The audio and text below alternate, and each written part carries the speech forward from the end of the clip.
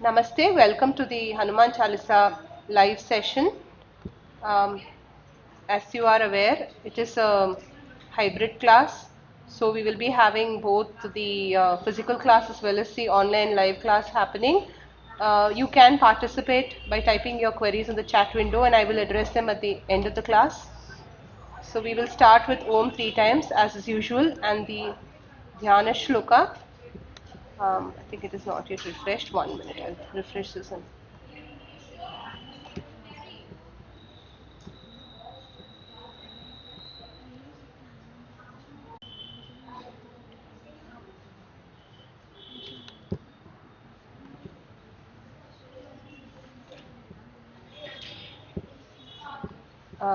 I hope I'm audible and everything is fine online.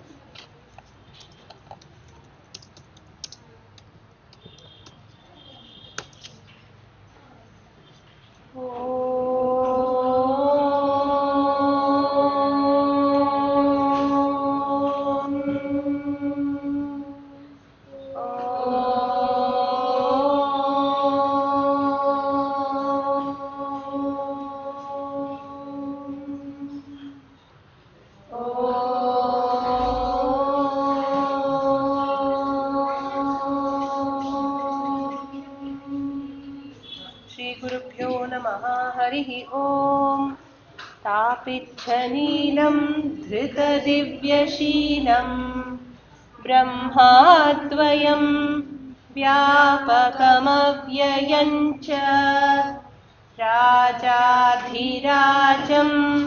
विशदं विराजं सीताभिरामं प्रणमामि रामम् मनोजवं मारुततुल्यवेगं जितेन्द्रियं बुद्धिमतां वरिष्ठं वातात्ममदूतं शरणं प्रपद्ये. We will chant the first part that we have learned, the Doha part, Shri Guru Charana Saroja Raja, and then we will go into the new part, new shloka for the day. Shri Guru Charana Saroja Raja Nija Mana Mukura Sudhari Paranau Raghuvara Vimala Yasha Jodayak Phalachari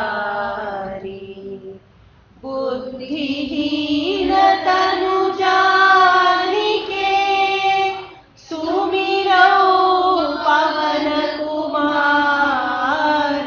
Once more. बुद्धिहीन तनु जानिके सुमिरौ पवन कुमार. बल बुद्धि विद्या देहु मोहि हरहु कलेश विकार. Okay, so till now this is the Doha part. Now we start the next section, which is the main Hanuman Chalisa. Chalisa means 40. These are the 40 verses on Lord Hanuman. Okay, they are very powerful verses which explain the glory of the Lord. Now, why is it called Chalisa? Because there are 40 verses. What is the meter in which it is written? It is called Chaupai. In the very first class, I had explained there is first section is called Doha. The second section is called Chaupai. First, we'll understand a little bit about the Chaupai meter. I don't think the shloka is active for the visible for the live audience. I'll just update it and then it is called Chaupai. Okay, so the Chaupai part, now we will be seeing what is Chaupai, understand that, and then Chaupai means basically a different kind of verse. Okay, we'll be seeing that first.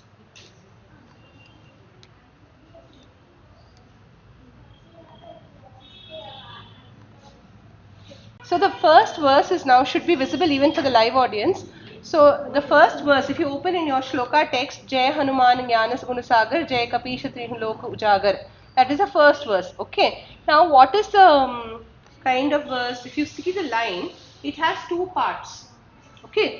In the earlier in Doha, we had called it what? We had called it dala. Two dalas make a half. Here one sentence is called an 𝗟𝗃𝗃. Okay, 𝗟𝗃𝗃. Okay, and what is the feature of an 𝗟𝗃𝗃? There are two 𝗟𝗃𝗃s in a sentence. Okay, sorry, 𝗟𝗃𝗃. I said 𝗟𝗃𝗃, reading from English. 𝗟𝗃𝗃. 𝗟𝗃𝗃 means one sentence. Okay, there are two sentences, there are two 𝗟𝗃𝗃s. Okay, each 𝗟𝗃𝗃 has 16 syllabic instance. In the case of Doha, we had seen each dala had 13, 11, 13, 11. That was the breakup. Here it is two 𝗟𝗃𝗃s, each has 16 syllables. So how many syllables in total in one chaupai? 16 into 2, 32. The 16 syllables is very close to Anushtup Chandas.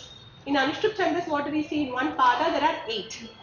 This, instead of a pada, which is a quarter, this is a half, and the half has 16. Okay, so it is very easy to chant. We can chant, we can sing, however we want, we can present. So now, this 16 syllables, right, they are organized in such a way that the word logically ends at the end of the sentence. In a Doha, it may not be like that, but here it logically ends. And many times we find it rhyming also. Okay, many times. Right? So this is called the chaupai meter.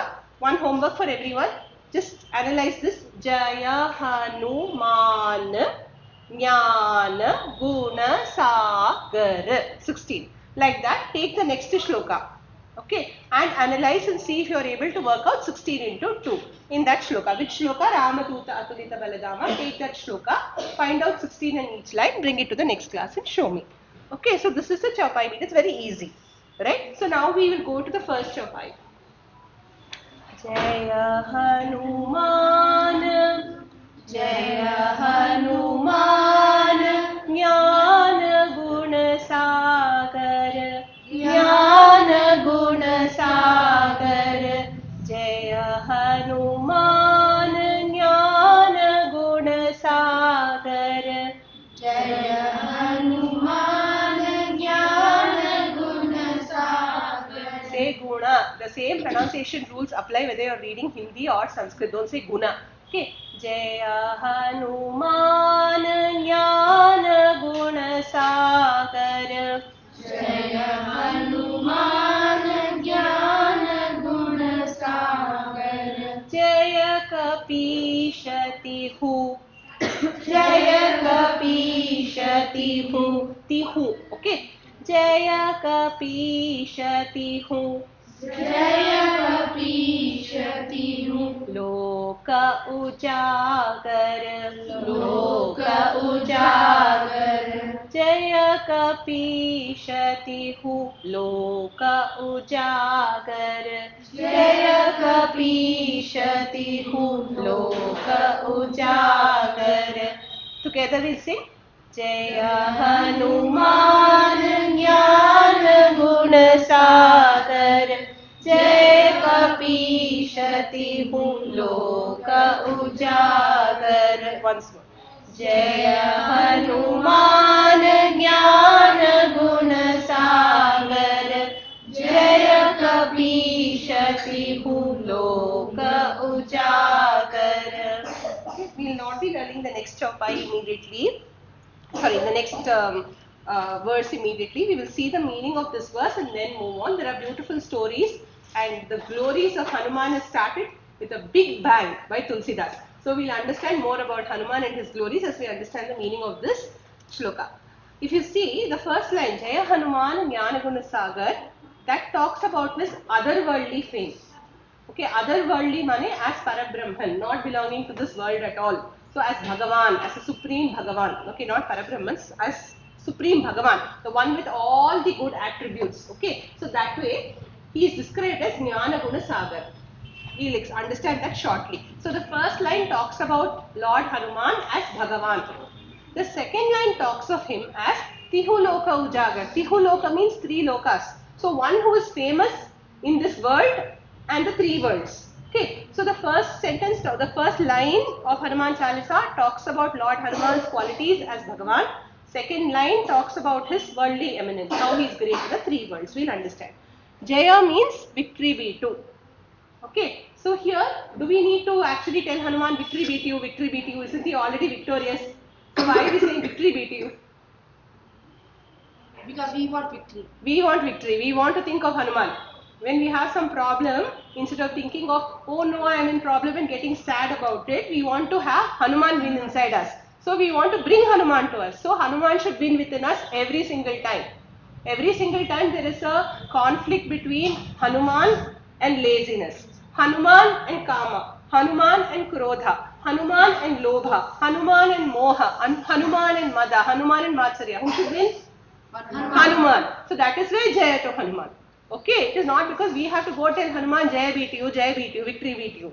Our statement of victory is not important to him because he is already ever victorious. We are praying to him, please always win over me. All my problems you help me win over by always ruling over me. So Jaya Hanuman. Hanuman.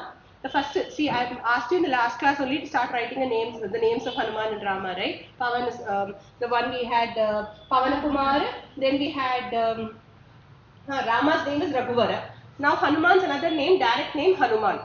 What does the name Hanuman mean? Who can tell me?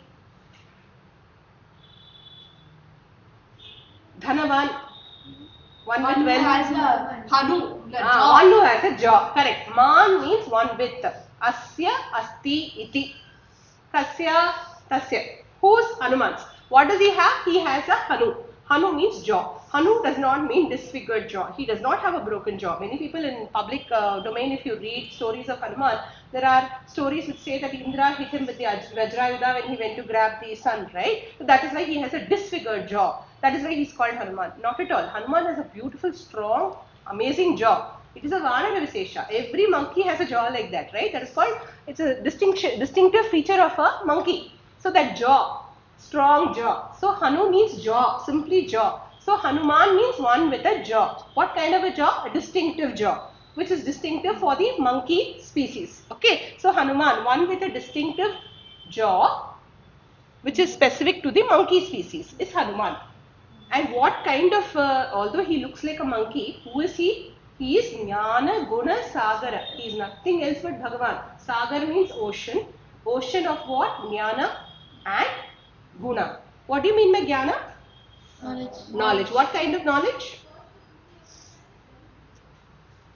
Good knowledge. All knowledge. Any knowledge. Good knowledge. We will soon see how he was knowledgeable, why he was known for his knowledge. We are right now seeing only the literal meaning. When we go a little deeper, we will see why he is Jnana Sagar. What is the meaning of Guna? Quality. What kind of quality is this? Huh? Good quality. So virtue.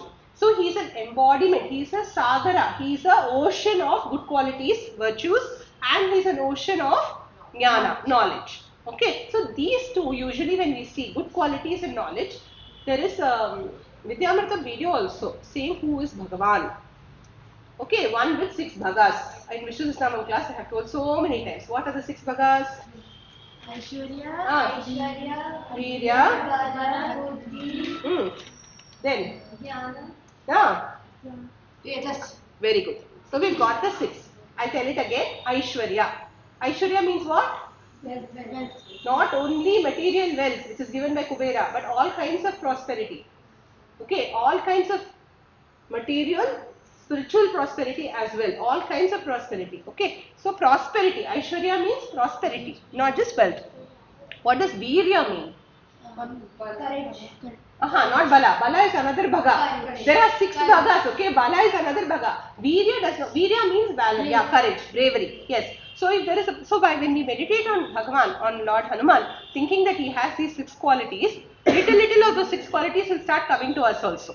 So that is why we are calling him Jnana Guna Sagara. When we are meditating on him as Jnana and Guna Sagara, we will also get Jnana. We will also get those bhagas. So what are the bhagas? First is Aishwarya. Aishwarya is prosperity. Then Virya is valor. Valor is what? Not being cowardly. So if there is a problem, you will stand up and fight bravely. That is Hanuman's quality, correct? Single-handedly, when he crossed the ocean, when he encountered the Rakshasas in Ravana's court, what did they do? They had to capture him using the Brahmastra. Who did it? Indrajit did it. When he captured him using the Brahmastra also, Hanuman pretended to be captured. He did not really need to be captured with the Brahmastra, but he pretended to be captured because he wanted to go and have an audience with Ravana. And then what did Ravana do? He talked to him very rudely. He threatened to kill him. Vibhishana told, no, don't kill. Can you kill a messenger? No. If you kill a messenger, it is against the laws of a king.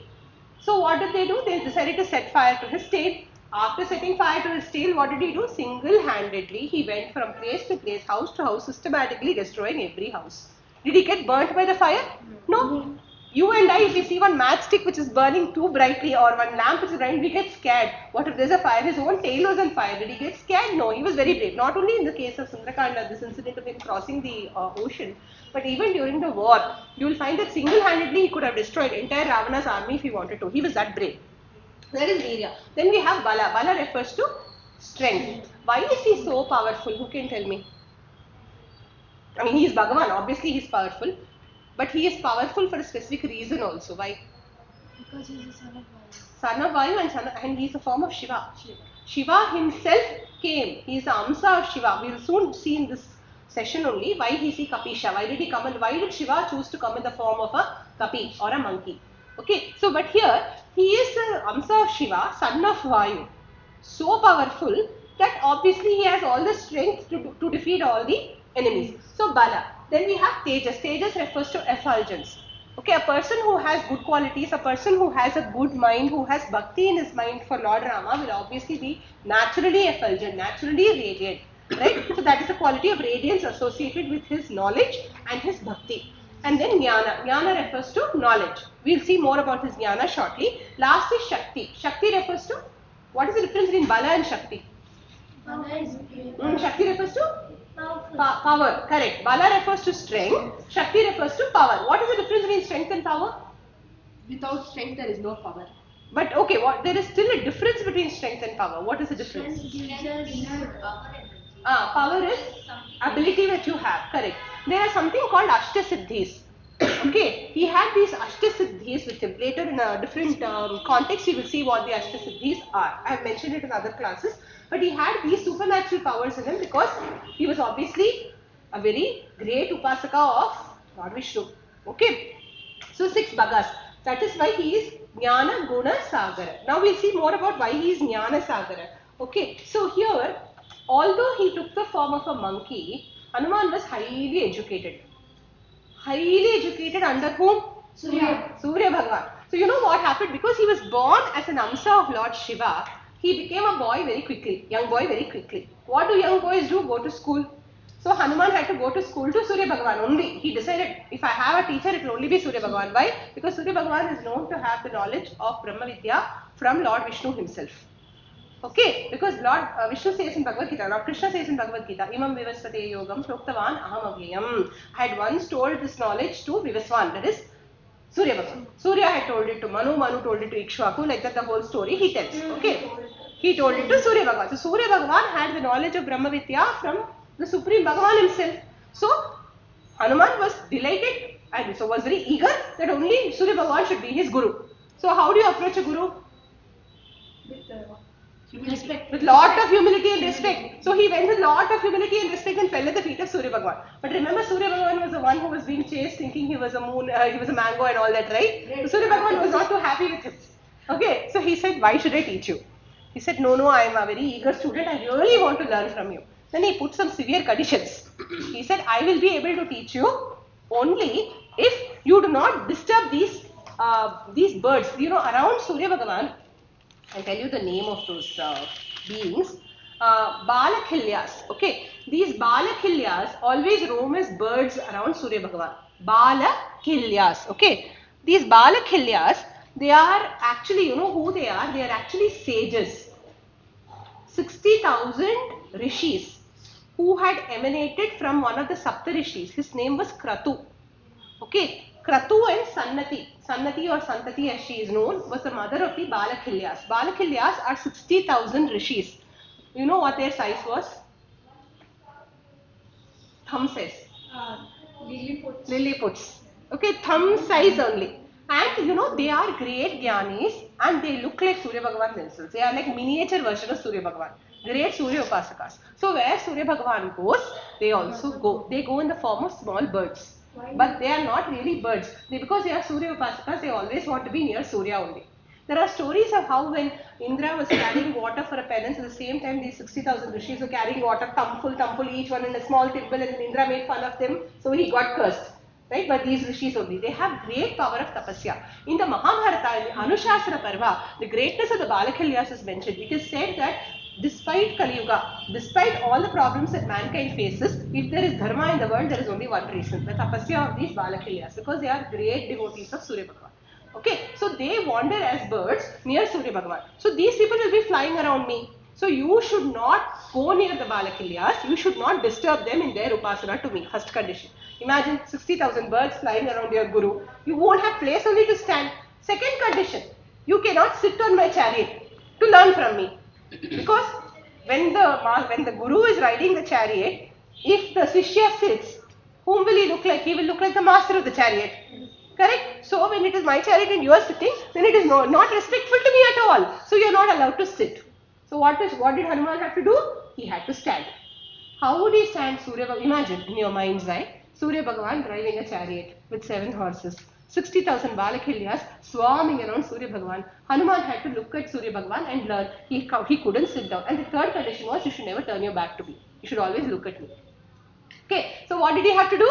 He had to turn, he had to look at Surya Bhagavan, and he had to learn. Okay, but Surya Bhagavan was a very merciful guru. He did not take 14-15 years to impart the knowledge of 45? 45? Days. Or what does everybody else think? 45 days. Any other answers? 7 days. 7 days now. 7 days, okay.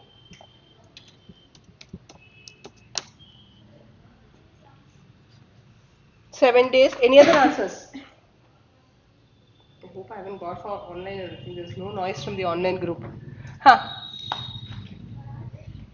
60 hours. Okay, 60 hours. Okay, in 60 hours, Surya Bhagavan imparted the entire knowledge of Brahma Vidya to Hanuman. Not only did he give Brahma Vidya, to Hanuman will Brahma Vidya be enough? He had to live in this world. He has come with a purpose. So the 14 main Vidyas which are there also were taught to him by Surya Bhagavan. Okay, the story of how he taught, there's another sub-story within it which I'll tell at a later time. But right now the point is, he learned all this from Surya Bhagavan. Having learned all this from Surya Bhagavan, even though he was a monkey, he was therefore a great jnani. We'll see one more story. What happened was, once, how did the world come to know about his knowledge? This is the story. Okay, once when, and then Surya Bhagavan had another thing to say. Hanuman fell at the feet of Surya Bhagavan after the 60 hours of learning, thanked him and said, what is your Guru Dakshina? Please let me give you something. Surya Bhagavan said, you have been an eager student, you have been a good student, you didn't trouble me at all, you met all my conditions, so I am very happy with you, please go. Hanuman did not agree. He said, no, please, I have to give you some Guru Dakshina. So Surya Bhagavan said, I have a son in this earth. Okay, he needs a trusty aide, minister. So go find him and become his minister. Who is he? Sugriva. So immediately Hanuman said, yes, if it is your son, obviously I will discharge my Guru Dakshina by becoming his minister. So Hanuman went to earth, found Sugriva, became his minister. So Hanuman was serving as Sugriva's minister in pursuance of his promise to Surya Bhagavan. Once Sugriva and his brother Vali had a terrible fight. That context you could read in the Ramayana sometime. Okay, please go read the ACK on Ramayana. You will know why they had a big fight. Okay, so Sugriva was banished to the 𝗟𝗵𝗂𝗺 mountains. This was the mountain where there was a curse on Vali, that if Vali, his brother, stepped down to the mountain, he will die. If he sends his messengers and tries to kill anybody also or do anything there, if he tries to exercise any power or influence there, he will die. Including those people who come there, they will die. This was a curse. So Sugriva was safely sitting in 𝗟𝗵𝗂𝗺. Imagine, he gave up his whole kingdom and he was confined to one mountain, 𝗟𝗵𝗂𝗺. Okay, when he was in the 𝗟𝗵𝗂𝗺 mountain, 41 days, he learnt it in 60 hours. Let me just type it for the group. They are guessing now. I think there's a lag. Okay. So, now coming back to Sugriva. So Sugriva was sitting in 𝗟𝗵𝗂𝗺 mountain, safely away from Vali. At that time, when from the top of the hill, Sugriva spied two warriors walking with the bow and arrow in their hand, looking very powerful, mighty, very tall. Imagine these are monkeys, okay? Sugriva is a monkey king. Now these are two human beings, very tall, with bow and arrow in their hands, looking very powerful. So Sugriva said, Vali has now taken the help of some human beings. He is sending 2 warriors to fight against me. So he was very panicky. He started trembling in fear. His tail started shaking. Then Hanuman said, oh, you are the king of the monkeys. So he tried to speak very good, kind, reassuring words to Vali, to Sugriva. But Sugriva did not listen. Sugriva was really terrified. Then he said, Hanuman, you go find out who they are. You obviously know who they are. Rama and Lakshmana. So Hanuman went to them. This is the first meeting of Hanuman and Rama as given in the Kishkinda Kanda. Yes, he went in the guise of a Brahmin. Okay, because he felt that at least his king had told him, please don't go in your normal form, go in the form of a learned, peaceful Brahmin. If you go like a monkey minister, then he will think that you are coming to fight with him. So go in the form of a peaceful Brahmin. So Hanuman took the form of a Brahmin and he went to Rama and Lakshmana and he spoke very sweet words. Oh, beautiful princes who have eyes like lotuses, whose arms are so wide that they reach till your knees, who carry yourself with the majesty of young lions, who walk with determination and courage, who look so handsome that it looks as if Lord Vishnu himself has come down to earth to walk on this earth. These kind of words he says to Rama and Lakshmana. And then he says, I am the emissary of a king. Then Rama says, okay, who are you? Tell me all about yourself. Because all these words that he spoke were in perfect Sanskrit with no mistakes at all and beautifully spoken. Rama was very impressed with his scholarship. And he said, oh, who are you? Then he says, I am the minister of the king of monkeys, Sugriva, who has lost his kingdom unfortunately. So he is looking very desperately for a human friend who will be able to help him gain back his kingdom. So, will you please come to our side? We will also support you in all possible ways because it looks like you are also on some important quest. So, we can work together. He explained the benefits of teamwork. He explained the benefits of working with people, making good friends, being a good friend. All this in the course of a 5-minute conversation. So, Rama was very impressed. He says these words. I will read it from the Valmiki Ramayana, Kishkinda Kanda. Nandrikvedam vinitasya nayajurveda dharinaha Na samaveda vidushaha shakyamevamimam prabhashitum. To speak like this, prabhashitum, to be able to speak like this, prabhashitum shakyameva, to be able to speak like this, unless the person knows the Rigveda, Samaveda and Yajurveda, he will not, Atharvaveda is not mentioned here, okay, only the 3. Unless a person knows the Rigveda, Yajurveda and Samaveda, he cannot speak like this only. And then what does he say? Nunam vyakaranam kritsnam anena bahuda shrutam. Definitely he has understood Vyakarana and he has heard the explanation of grammar in many ways. So the whole context here being, to understand Vyakarana is very difficult. Vyakarana is an ocean. Okay. And if you try to understand Vyakarana, if you start studying it in one way only, it will take you many years. To study it in multiple ways, it will take you a lifetime. So only Vyakarana, if you study for a lifetime also, you will feel at the end of it you have not learned much.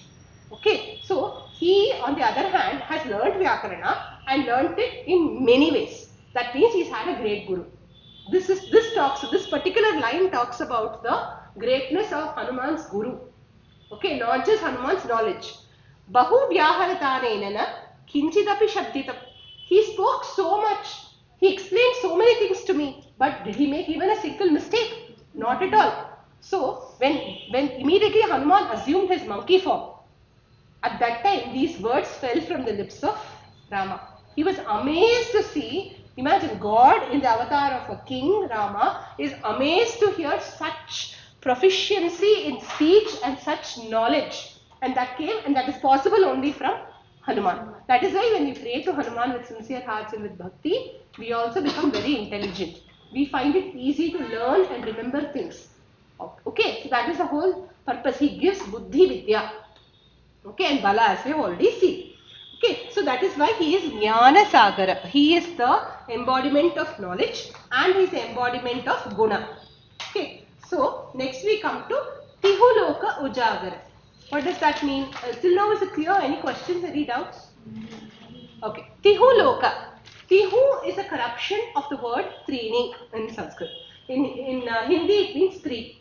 Okay, three lokas. In the three lokas, Ujagara, he is famous. One who is renowned in the three lokas. That is the meaning of the second line. One who is renowned. One who is famous in the three lokas. What are the three lokas? Who can tell me?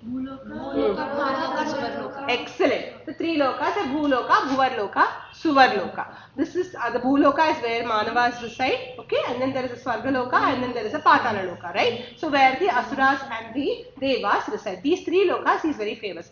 Why is he famous in three lokas? Because he had unhindered movement in these three lokas. He could go in these three lokas without anyone stopping him. He was all powerful. So he is all powerful there. Therefore he is Trihuloka Ujagara, one who is famous in the three lokas.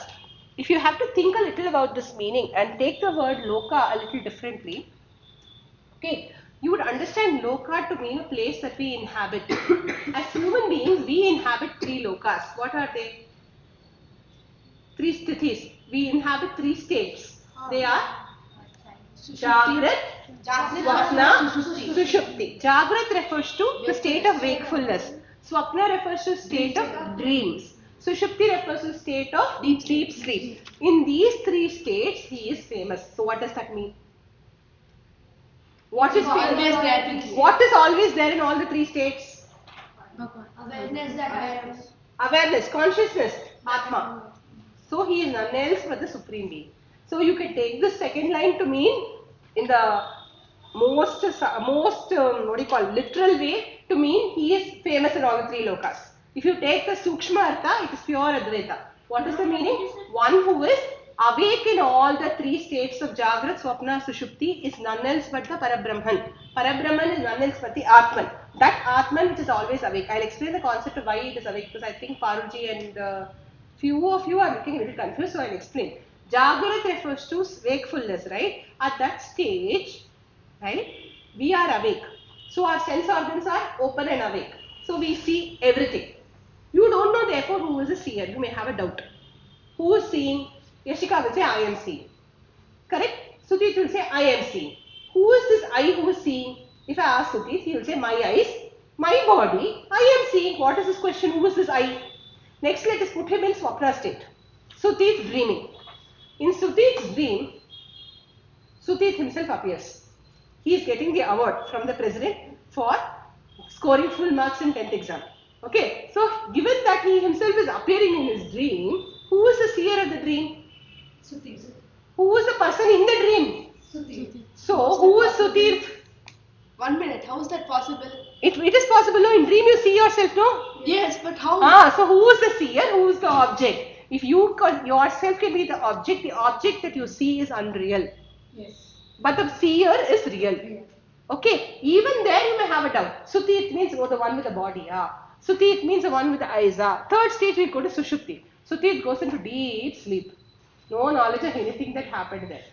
Okay, he wakes up from his sleep and says, wow, I feel refreshed. Who is this I who is feeling refreshed? So who was awake at the time of Sushupti to know that Suti is now feeling refreshed? That thing which is awake at the time of Sushupti or deep sleep is the Atma. The mind, the buddhi, 1 minute. Let me explain, then ask a question. The mind, the buddhi, the body is asleep. The Atma is awake. That is the only state which is therefore taken to be the state where the Atma is awake. Everything else is asleep. So, who is actually seeing, actually speaking, even in the Jagrat state, when Sudhit is seeing with his eyes, what is making his eyes see? The mind. What is making the mind work?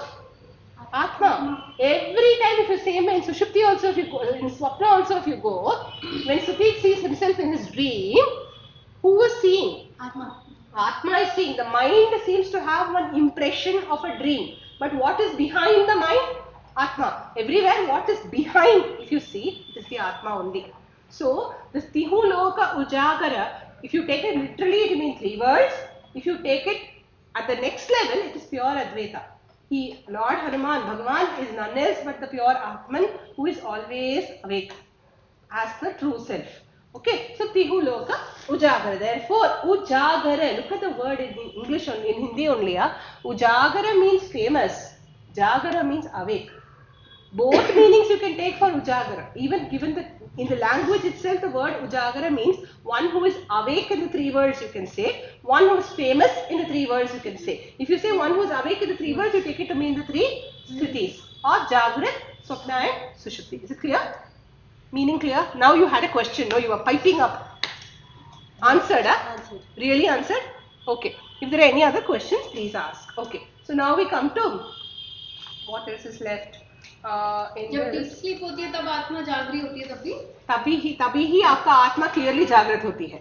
तब आप पारुल जी सो जाते हैं. पारुल जी का mind भी सो जाता है, मगर पारुल जी का आत्मा जो है ना, that is the thing which otherwise you will be dead. Right? You are alive, your atma is perceiving your deep sleep. That is why everybody has to compulsorily sleep, because the body, mind and intellect has a limited capability. Atma is unlimited in its potential. So every limited thing has to recharge, rejuvenate and come back. It's like daily death. Daily you die and you're born again when you wake up, because at that time your body mind awareness drops. And in the morning it's like you pick up your body mind awareness and wear it like your morning coat. And in the night you remove that coat and sleep off. Morning you wear your coat. But even when in deep sleep, if somebody says Shriya and shouts at her, she'll immediately wake up, because she's pulled out of that state and got into the state of Jagrata. Immediately the coat, without her knowledge only, is put on. Okay, because she can't help it. That is the nature. The Atma is yoked to the body and mind. If the Atma was free from the body and mind, even if you call Shriya, she won't wake up. Correct? So, because she wakes up because her body and mind is tied to her Atma. And the Atma says, okay, wake up, child, time to get up and go to school. Okay, so that is why she wakes up. So next we come to, meaning of, I left out Kapisha, see, I have to go back to that. Okay, so Jai Hanuman Jnana Guna Sagar is victory be to Hanuman, who is the ocean of Jnana and all the virtues. Ocean of Jnana, we have seen the reference from Ramayana also. Now all the virtues we have seen from context of the 6 bhagas. Okay, Jai Hanuman Jnana Guna Sagar. Jai Kapisha we have to see now. And last part was Tihu Loka Ujagara, one who is famous in the 3 worlds. 3 worlds and one who is ever awake in the 3 states of Jagrat, Swapna, Sushupti. 2 meanings are there. One who is ever awake in the state of Jagrat, Swapna and Sushupti.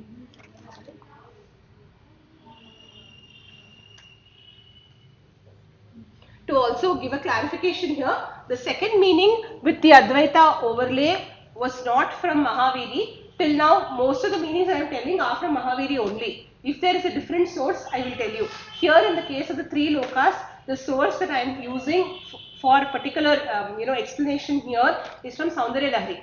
Because in Saundarya Lahari, whenever we see reference to lokas, the reference is usually to the different states of awareness. Okay, using that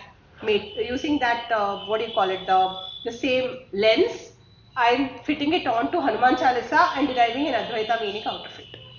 Okay, so usually Hanuman Chalisa commentaries have pure Dvaita meanings only. But as I read, the more I read Hanuman Chalisa, Advaita meanings keep coming up and I am trying to share it. That's all. So now we come to Jai Kapisha. The Lord of the, victory be to the Lord of the monkeys, or the foremost among the monkeys.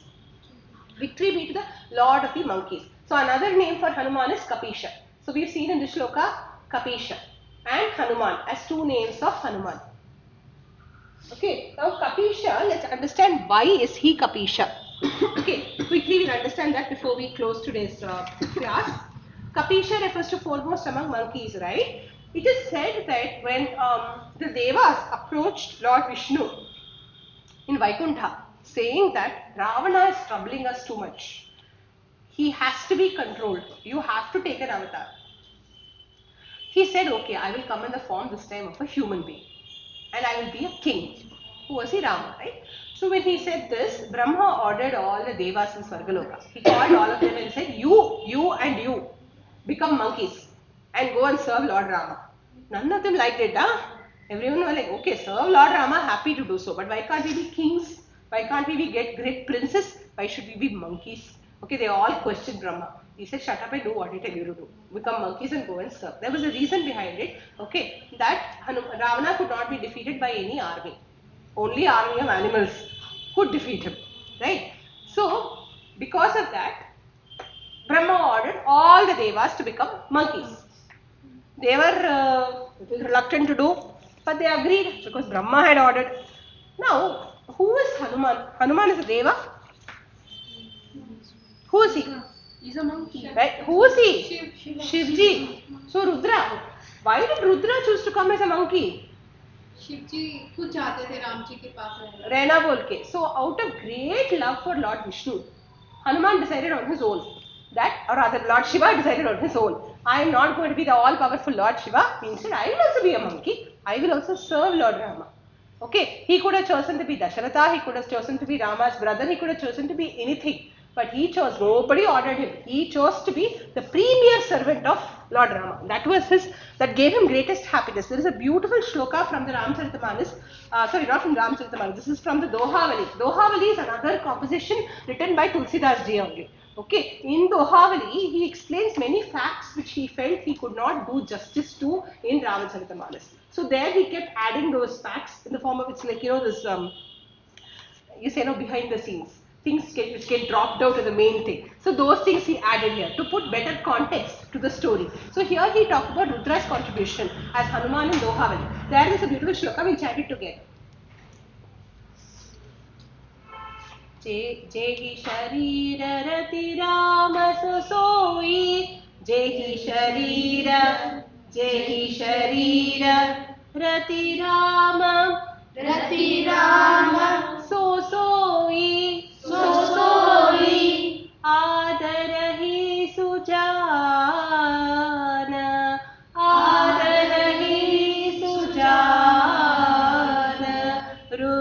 𝗟𝗘𝗔𝗥𝗡 रुद्रदेहतजि नेहबशा वानरभे Hanuman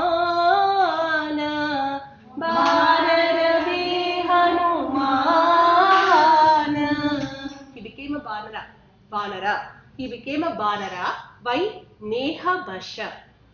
In the grip of love. He became Vanara Bhe. He became the Vanara Hanuman, who Rudra Dehataji, giving up his Deha. Taji means giving up. Rudra gave up his body out of love for Vishnu to become a Vanara. By Jehi Sharira Rati Rama Soi. The love for Rama, from whatever Sharira it is, that Sharira is the greatest, he felt. So which Sharira has the greatest potential to love Rama? As a Vanara. So he decided, I will become that Vanara. So 𝗟𝗘𝗔𝗥𝗡, because of his love for Rama and the respect that he had for him, Rudra felt, if I have to be a honeybee and show my love for Rama, I will become a honeybee. If I have to become a man to show my love for Rama, I will become a man. That form which gives me the greatest scope to display my bhakti for Rama, that form I will take. So he gave up his body to take up the form of Vanara. So that is why he is Kapisha. Although the ruler of the monkeys is Sugriva, who was his heir, Angada, and there were so many senior monkeys. Hanuman was a minister. He is still known as a lord of the monkeys because he is the one who chose to come as a monkey. And who was he? Rudra himself. So he is Kapisha. Understood now? Not because he is king of monkeys. If you translate it to mean king of monkeys, you will be wrong. King of monkeys is Sugriva. So we are calling him Kapisha, the foremost among the monkeys, because he is the one who chose to become a monkey. Okay, so that is Kapisha, one who is the foremost among the monkeys. So with that we have seen the first verse. Next shloka we will see in the next class. Are there any questions? No? Can we just chant this first shloka once and then close? Jaya Hanuman Jnana Guna Sagar Jaya 𝗵𝗪𝗂𝗺 Ujagar. Once more. Jaya Hanuman Jnana Guna Sagar Jaya 𝗵𝗪𝗂𝗺 Ujagar. Okay, wonderful. So we'll now catch up in the next class, next Friday, and we'll continue the next verse. We'll close with Om 3 times. The physical class will have its chanting at the end of the live session.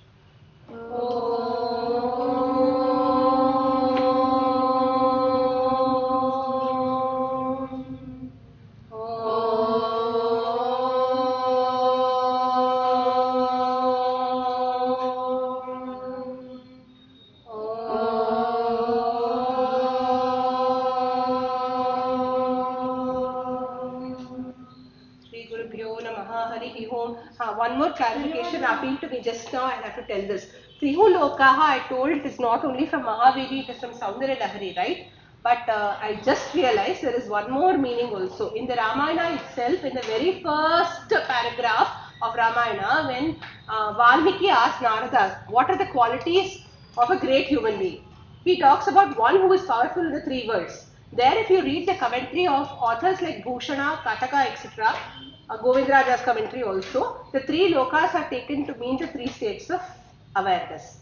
So the same meaning here, if we apply for this particular shloka from Hanuman Chalisa, the same meaning will apply. So the source, there is a more immediate source also for this interpretation. Correct? I hope it's clear. Earlier when I mentioned 𝗖𝗵𝗹𝗶𝗀, that is obviously a different grantha. Here in Ramayana itself, we find in the very first section, in Balakanda only, when Valmiki talks, before the Balakanda only, when Valmiki talks to Narada, what are the qualities of a person who is famous in all the three worlds? Three worlds is taken to mean Jagrat, Swapna and Sushupti, and not just Bhuloka, Bhuvanloka, Suvaloka. Even that interpretation is there. Okay. So good, I clarified that also in today's class itself. Very nice. Thank you. Dhanyavad. We'll close the live and then we'll have our